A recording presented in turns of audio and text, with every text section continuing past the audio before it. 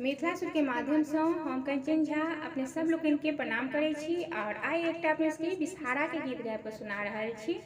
उम्मीद करे छी जे गीत अपने सबके नीक लागत तो लाइक करब, शेयर करब। जे कि गोटे सब्सक्राइब नहीं केने छी हुनका सबसे निवेदन आग्रह जे सब्सक्राइब करब, संगे बेल आइकन के दबेनाइ नहीं बिसरब।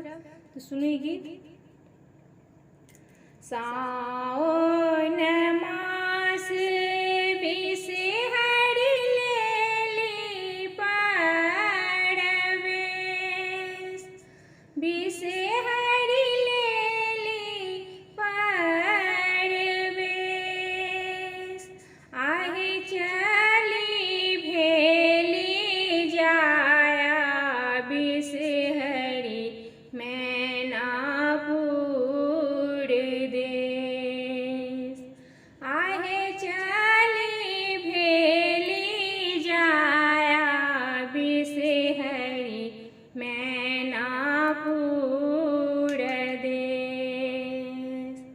साजिले लिहाला डाला ले सिले दीप आहे ले सिले दीप आहे चली भेली जाया बिसहरी मैनापुर